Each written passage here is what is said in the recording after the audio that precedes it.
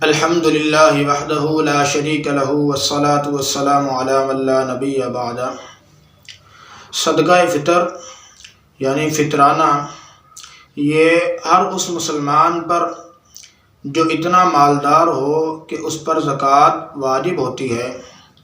یا وہ اتنا مالدار تو نہیں ہے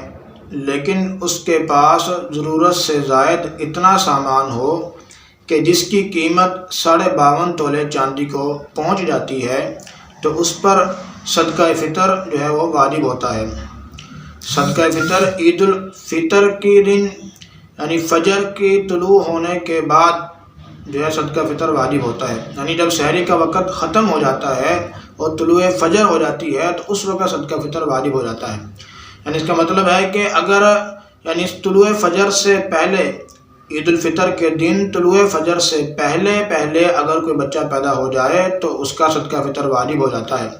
اور اگر جو ہے طلوع فجر سے پہلے کوئی آدمی فوت ہو جاتا ہے تو اس کا صدقہ فطر دینا واجب نہیں ہوتا۔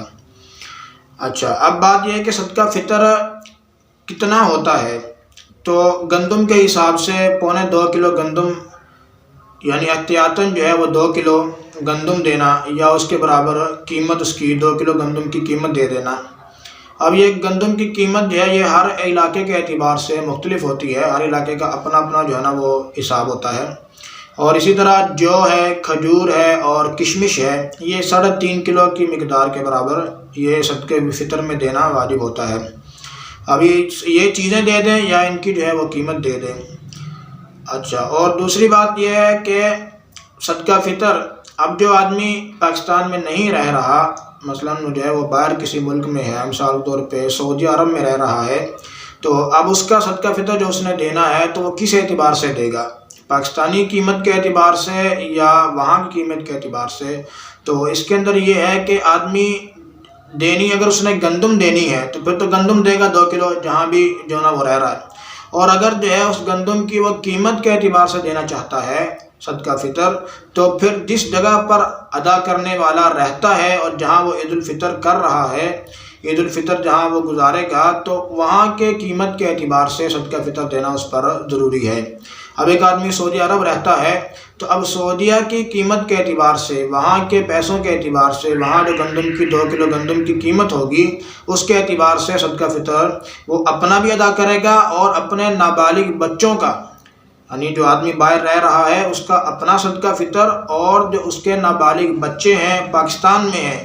نابالغ ہیں، تو ان کا صدقہ فطر بھی وہ آدمی وہاں کی قیمت کے اعتبار سے ادا کرے گا، پاکستان کے اعتبار سے نہیں ادا کرے گا۔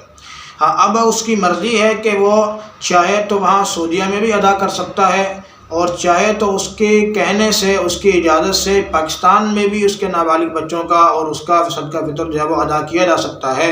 لیکن جو پاکستان میں ادا کیا جائے گا وہ سعودیہ کی قیمت کے اعتبار سے ادا کیا جائے گا، پاکستانی قیمت کے اعتبار سے نہیں، بلکہ سعودیہ کی قیمت کے اعتبار سے جو ہے وہ صدقہ فطر اس کا اور اس کے نابالغ بچوں کا ادا کیا جائے گا۔